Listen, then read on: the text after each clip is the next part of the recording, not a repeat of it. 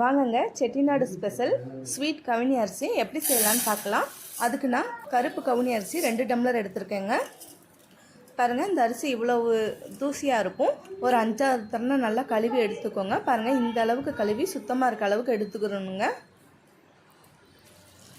இதில் ஒரு செம்பு அளவு, அதாவது அந்த அரிசி மூழ்கிற அளவு தண்ணி சேர்த்து நைட்டு முழுவதும் ஊற வச்சிடலாம்.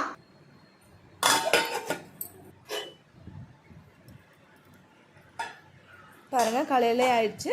அரிசி நல்லா ஊறி வந்திருக்கு. இப்போ இதை நம்ம ஒரு குக்கரில் அரிசியை மட்டும் முதல்ல தனியாக எடுத்து வச்சுக்கலாம். என்னோடய சேனல் உங்களுக்கு பிடிச்சிருந்துச்சின்னா லைக் பண்ணுங்கள், ஷேர் பண்ணுங்கள், மறக்காமல் சப்ஸ்கிரைப் பண்ணி வச்சுக்கோங்க.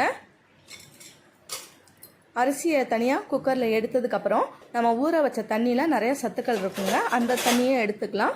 1 டம்ளர் அரிசிக்கு 2 டம்ளர் தண்ணிங்க. நம்ம 2 டம்ளர் அரிசி எடுத்துருக்கோம். மொத்தமாக 4 டம்ளர் தண்ணி தேவைப்படும்.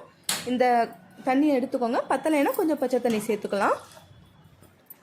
பாருங்கள், 8 விசில் வச்சு எடுத்துருக்கேங்க. 8 விசில் வச்சிங்கன்னா தான் நல்லா வேகும். அப்போ தான் குழந்தைங்களும் சாப்பிட்ற மாதிரி இருக்கும்.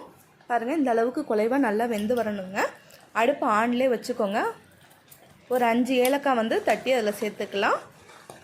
கொஞ்சம் தண்ணியாக இருக்க மாதிரி இருக்குங்க. அடுப்பு அணைச்சதுக்கப்புறம் நல்லா கெட்டியாக வந்துடும். 3/4 டம்ளர் அளவுக்கு சர்க்கரை சேர்த்துக்கலாம். 2 டம்ளர் அரிசிக்கு 4 டம்ளர் தண்ணி, 3/4 டம்ளர் ஜீனி, 1 கிண்ணம் அளவு தேங்காய் துருவல் சேர்த்துக்கலாம். நல்லா கலந்து விட்டுடலாம்.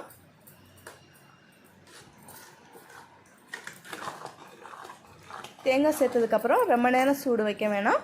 அவ்வளோதாங்க. மேலே 2 ஸ்பூன் அளவு நெய் சேர்த்து நல்லா கலந்து விட்டுருங்க. அவ்வளோதாங்க, ஸ்வீட் கவுனி அரிசி ரெடி. தேங்க்யூ.